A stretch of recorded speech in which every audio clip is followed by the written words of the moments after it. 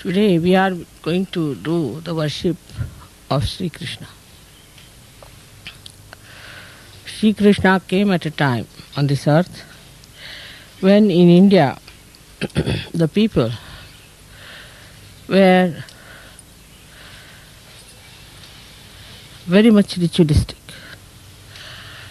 They had become slaves of the so-called Brahmins, who had no idea about God at all, because they started a theme that a Brahmin can have a Brahmin son. So the birth determined the caste of a person. Before that, it was not that a Brahmin would have a Brahmin as his son. It's also true that if you are a realized soul in the real sense, if you are a really realized soul, then you must have a child which is a realized soul. And that is how also, if it was said that if the father is a Brahmin, is a realized soul, his son also becomes a Brahmin. Because you are a Sahaja now, you can understand that a Sahaja son normally becomes a Sahaja.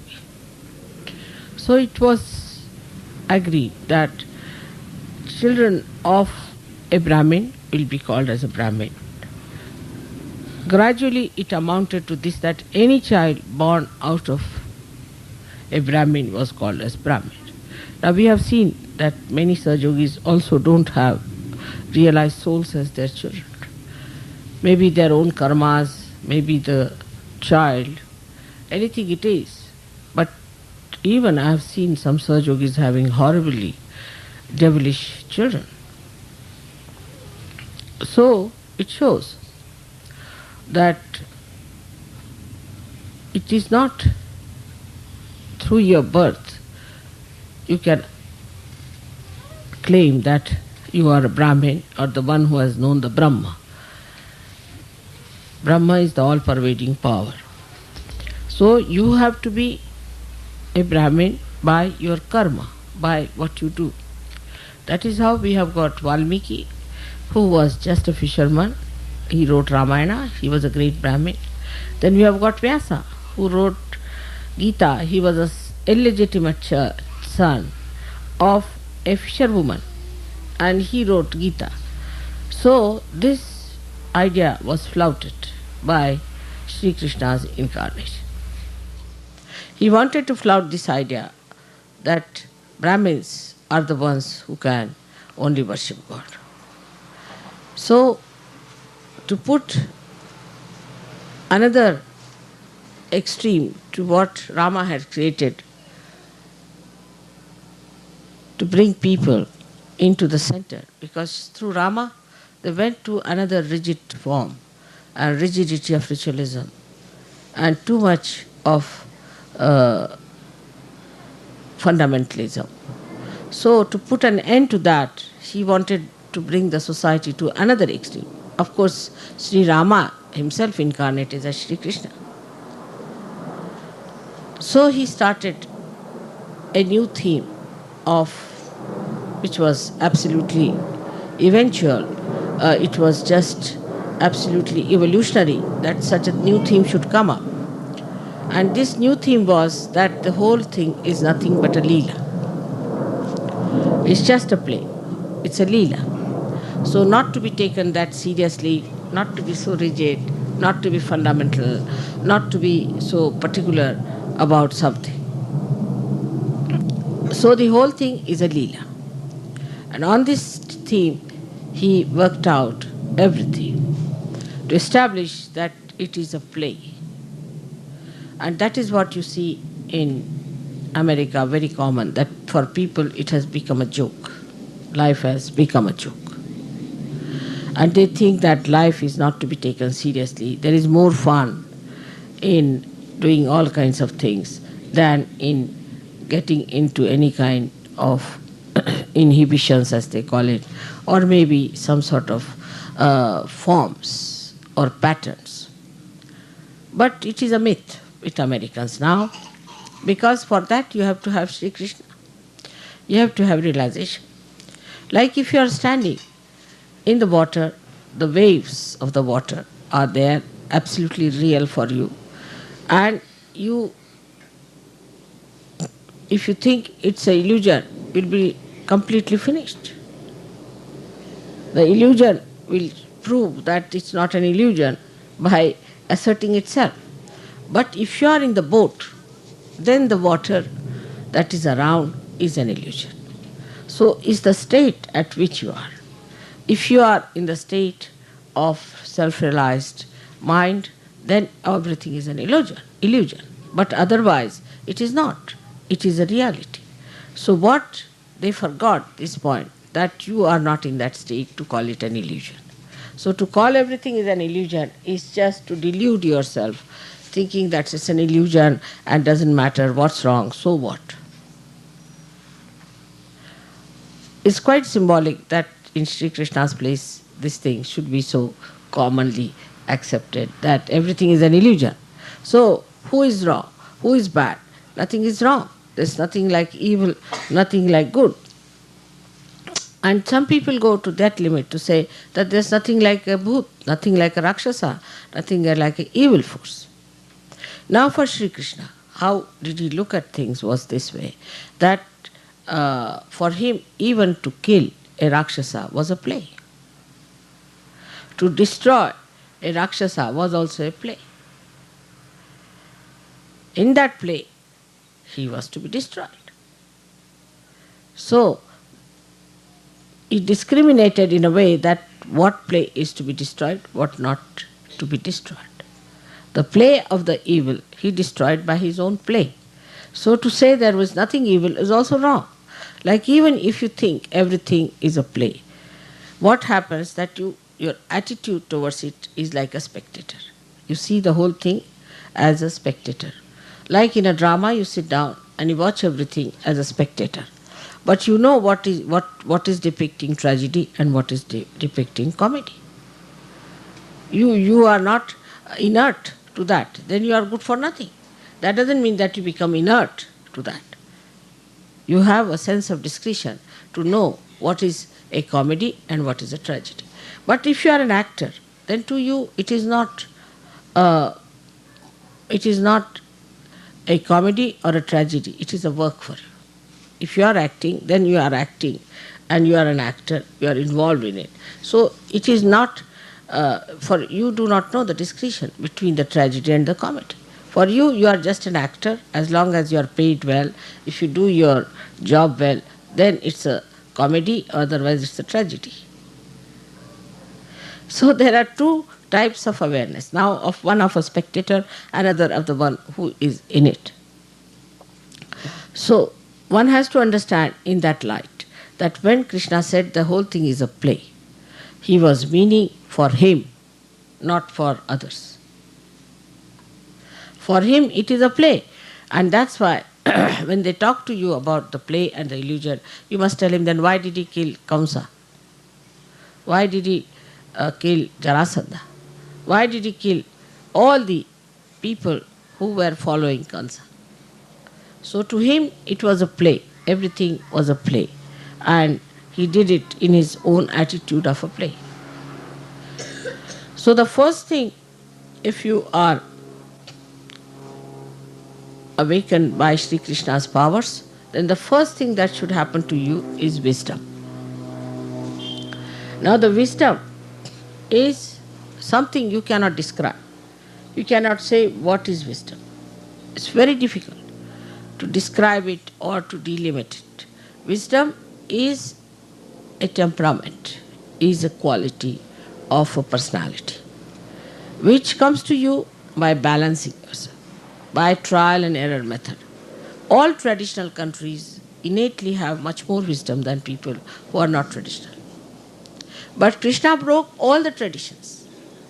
That's why you people are here without much tradition. He broke all the traditions.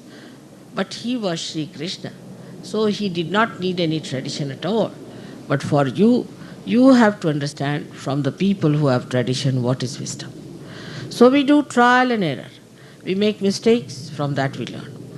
But when the ego is so strong, in a country like America, when we do wrong, we do not want to accept it was wrong. It was against our assent. It was against our uh, higher goals. We get satisfied with the lower goals. Like I've seen people who do some funny things in surgery. They don't realize that this is absolutely against them. Whatever they are doing is against them. They should not do this. This was wrong to do it. On the contrary, they catch on the left Vishuddhi. That is another catch they have on the Vishuddhi chakra. So, because you are indiscreet, you do wrong things. To develop discretion, outcome of all this is discretion. You make mistakes. When you make mistakes, instead of developing the discretion about it, that this was a mistake, next time we should not do it, facing up to it, what we do is to feel guilty about it. So you escape it, spoiling the other chakra also. That is how people get a problem on the left Vishuddhi. And left Vishuddhi is that you feel guilty. It's very good to feel guilty than to do anything about it. Well, that's the best way to escape it. Actually, we have seen that mostly left Vishuddhi comes from ego. When ego is too much, you can't bear your ego, so you put it in the guilty side of it. And you say, I'm very guilty, I should not have done it. Now the another side, which is also very dangerous, is the right Vishuddhi. Right Vishuddhi is the one by which we try to justify all our indiscreet behavior. So what's wrong? What is wrong in this? So what? All these things are right Vishuddhi problems. So it's very common. You tell somebody that it is wrong to do. For example, they paint their hair. You tell them, don't do this, it will spoil your eyes. They will say, so what? We have a right to spoil ourselves. We have a right to destroy ourselves. As if they are Shri Krishna, that they can destroy themselves, can they? They cannot even create a little ant. Leave alone ant. They can't even create a stone. And how do they have right to destroy themselves? So this is the right side thing, where we think that we have the right to destroy. As I told you about eyes yesterday, it's very important that eyes are the ones which gives you the play of Sri Krishna, the power of Sri Krishna.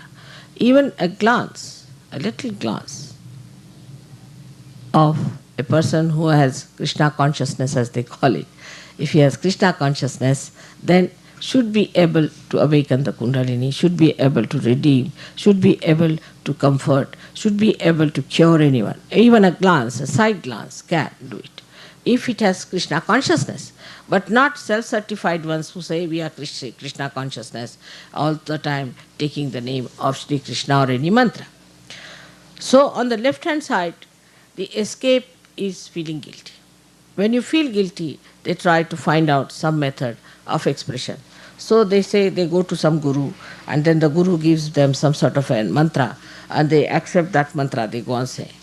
As a result of that, they catch more on the left Vishuddhi. Because if you go on saying mantra without the connection, you get completely caught up. So the left Vishuddhi is again gone, and your mantras are absolutely useless, they are destroying time. Actually, many people I have seen who get to heart attacks, who get anginas, and also who get cancer, are the people who have been doing mantras like this, without the connection with the divine. If you are not connected, say for example, this is not connected and I start using it too much, it will get spoiled. In the same way, the center on the left hand side gets spoiled when you start saying any mantra without being connected, without feeling the power of that mantra. So in Sahaja Yoga, we've got mantras to neutralize these mantras on the left hand side. Right hand side comes when we talk big. It's a common thing with your politicians, they talk very big. They think they are very responsible people and do all irresponsible things. So when you want to spoil that chakra, one has to do some irresponsible talk. So like that we can say, I will do this for you, I will do that, I like it, I can find this, I can manage this, finished. When you start saying in the ego form that I have to do this, I will do this, then our ego shows up. But on the contrary, if you say, I have to do for you, Father, I have to do for you, Mother, it's your work I'm doing, then the whole thing disappears and you get that beautiful thing called surrender, which is Islam. Islam is nothing but surrender. So you surrender yourself by saying, this is your work, Father. I'm working for you. I'm your instrument. I'm your flute.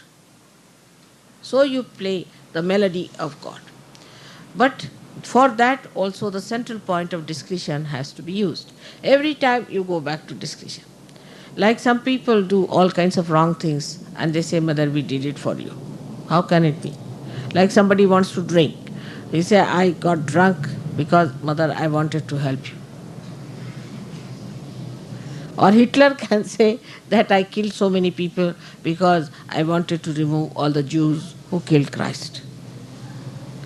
So this right Vishuddhi gives you a kind of a mind which tries to justify everything and tries to explain everything. Every action can be explained. Why did you murder? Because this. Why did you do that? Because of this. Once you start justifying your wrong deeds, right Vishuddhi goes up to your brain. And then whatever you do has a justification. Like if I say that the Americans came to this country, they actually robbed other people of their land and now very nicely settled down.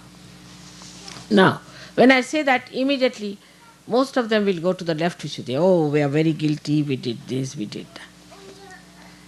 But a real Sahaja won't do that. A real Sahaja, what he will do? He said, all right, this is done by my forefathers, I did not do it. But I can try to rectify.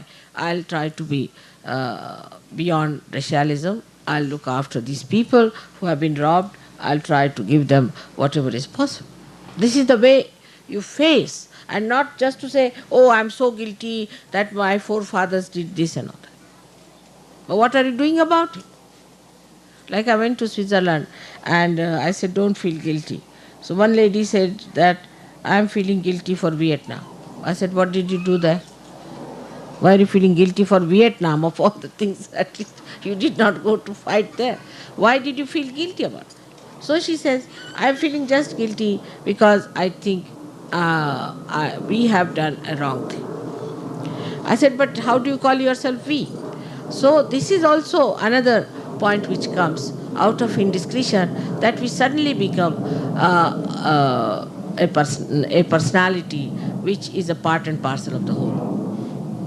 So we think that, oh, we in Americans are of the world. All right, how? The day you become the world, most of the problems will be solved. They are the greatest headaches, like Russians are. Both are headaches to the whole world. If they become the whole world, there is no problem.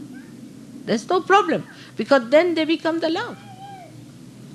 But just assuming a situation where we think we are we. Who are the we? Husband and wife can't live together. Children and father cannot live together. Mother cannot live with the children. What are we? Where are we? Such fragmentations. They'll fight over small things like a penknife or something. Which penknife to be bought? For that they will fight. How are they we? There is no union, there is no concord. Just the opposite of all that is the Vishuddhi Chakra. So, from the very beginning, if you see that a person who is a realized soul should see everything as a play. Even the destruction of evil is important. Even the killing of the evil is important. If you do not kill the evil will rule. Do you think Hitler should have been saved and should have been put in charge of God? He is saved by killing him. Because he was destroyed, because everything was destroyed, he is saved. This is to be understood in his life. Krishna's life, that this is first thing happens. So that for you people, evil is to be finished. So what you have to pray, that, O Lord, finish all the evil of the world, all the destruction of the world, all the minds which build up our destruction, please try to neutralize it. This is what a Sahaja Yogi should ask for.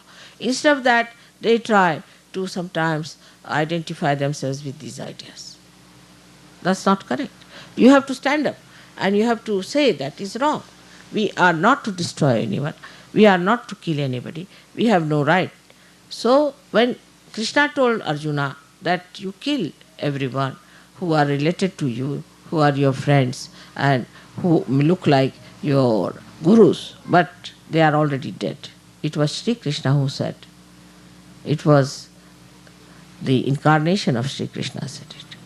That doesn't mean that you start killing everybody, becoming Arjuna. You are not Arjuna. That is how Anand Marg, organization came up. We started killing everyone, thinking that they have a right to kill. How? You have no sense of right and wrong. How can you kill anyone? Or how can you save anyone? First of all, try to save instead of killing. Supposing you are faced with a boat which is in danger, people are getting drowned, and you find that you have to save the people. Will you kill the people there, or you try to salvage them? There is no occasion for killing now. You don't have to worry about killing. Let God do that job.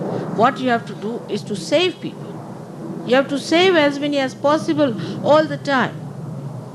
And those who are wrong type of people, you just forget about them. You just move them out. Take them away. Have nothing to do with them. Do what you like, but do not kill them. So that is one thing one has to understand at Sahaja Yogis.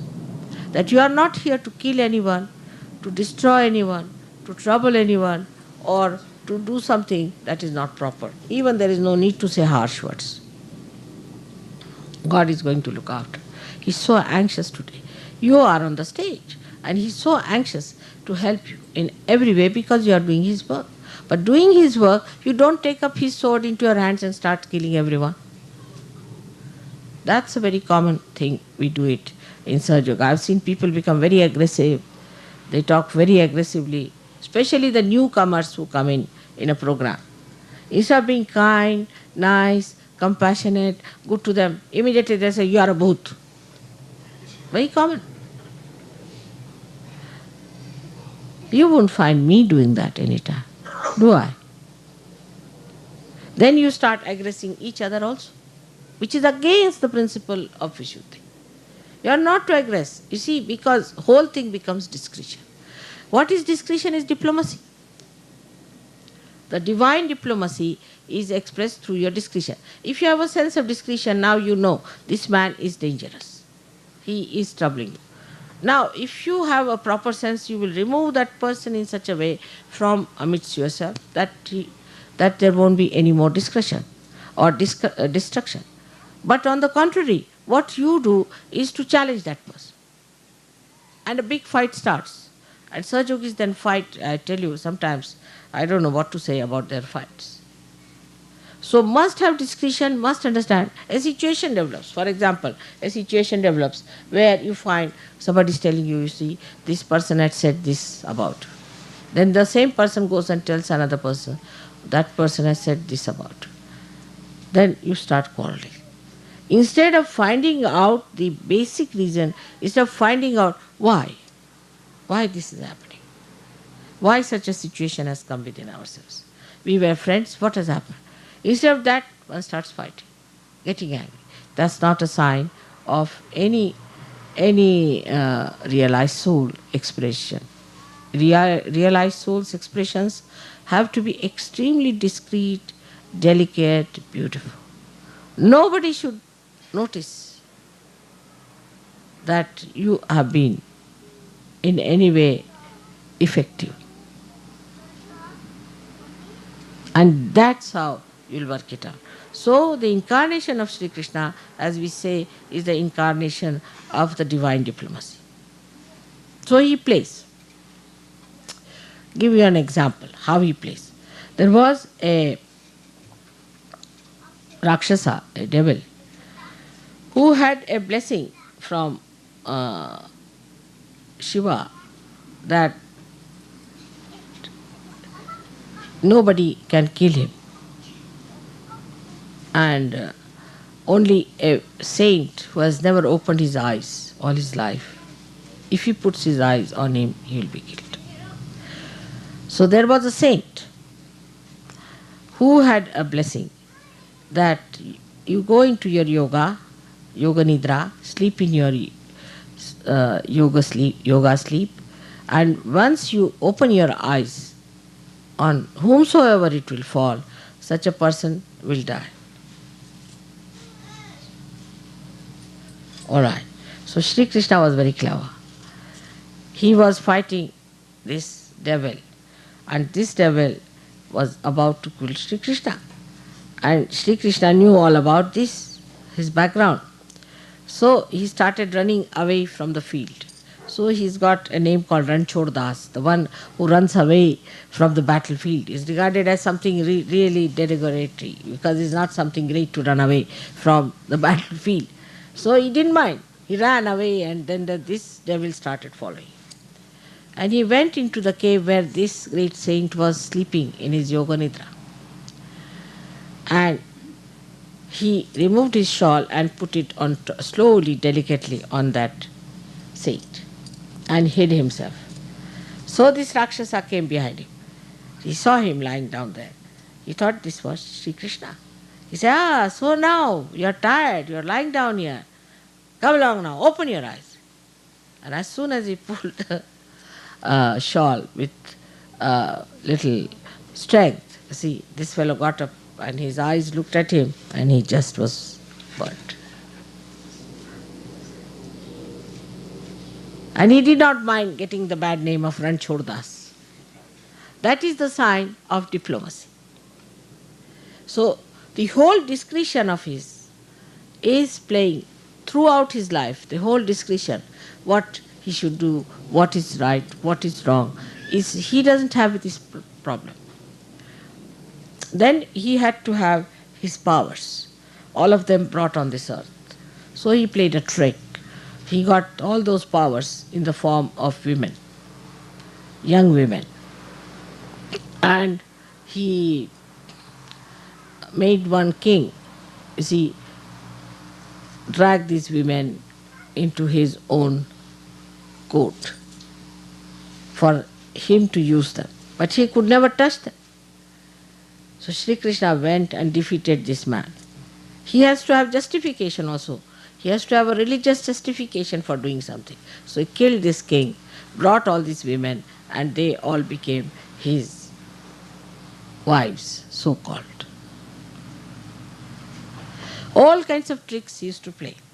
I'll tell you the Radha's trick that he played. Today I'm wearing a dress like a Radha because she's Viratangana. She's the one who protects our Sushumna Nadi. She's the Mahalakshmi. And she wears the sari like this to protect. She wears this way, while she leaves her left hand open because this is the Shakti of Mahakali.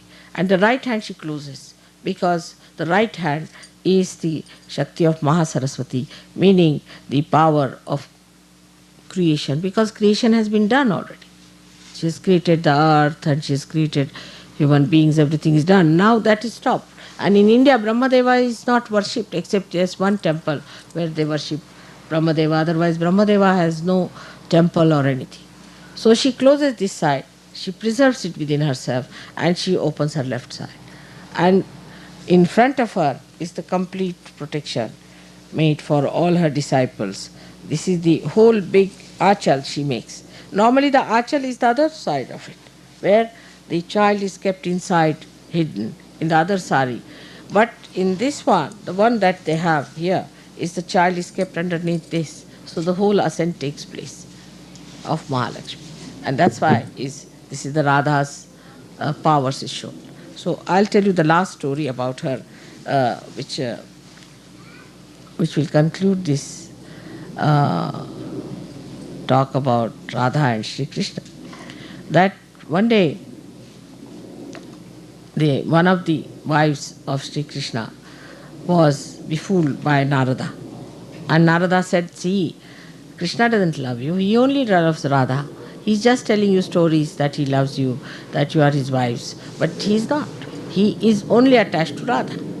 So the rumor, you see, went into the women. All of them started feeling that, oh really, it is so.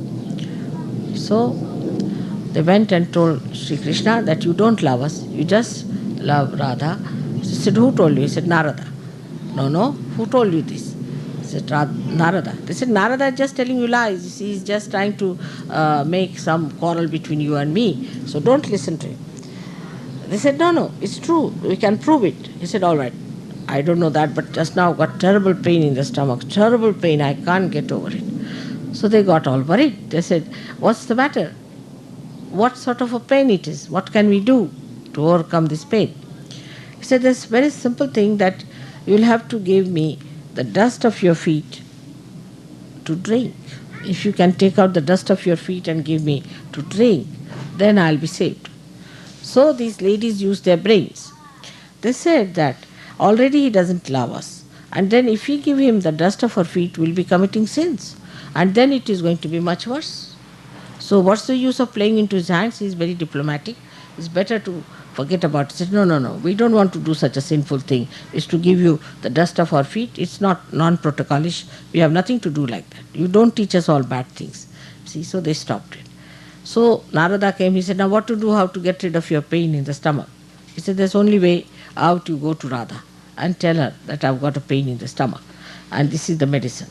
So he went to Radhaji and he said to her that, you see, Shri Krishna is very sick, he has got pain in the stomach, and what you have to do is to give the dust of your feet. She said, yes, why not? Take it. For that pain, of course, why not? So he said, aren't you worried about your punyas? Aren't you worried that you are committing sin? He said, you don't know this Shri Krishna. He has no sense of sin at all. He makes me do sin morning till evening. What am I to worry about sins? I am not going to worry about that. You better take this for him. This is his worry. So he took the dust of Radha's feet and took it down to Shri Krishna. Shri Krishna, did she give you? He said, did she give you? He said, yes, she has. I'm surprised. But she's not worried about her sins. She's not worried. He said, that I know.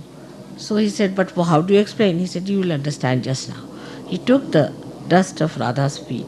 You see, Radha's feet were dusted or were full of dust of Vrindavan. And Vrindavan has got yellow kind of clay. You see, the soil is yellowish and the whole yellow thing was on her feet, which he removed and took it. So when Shri Krishna drank that dust, Narada saw in the heart of Shri Krishna, Radha was lying down and playing with her feet on the lotus of his heart.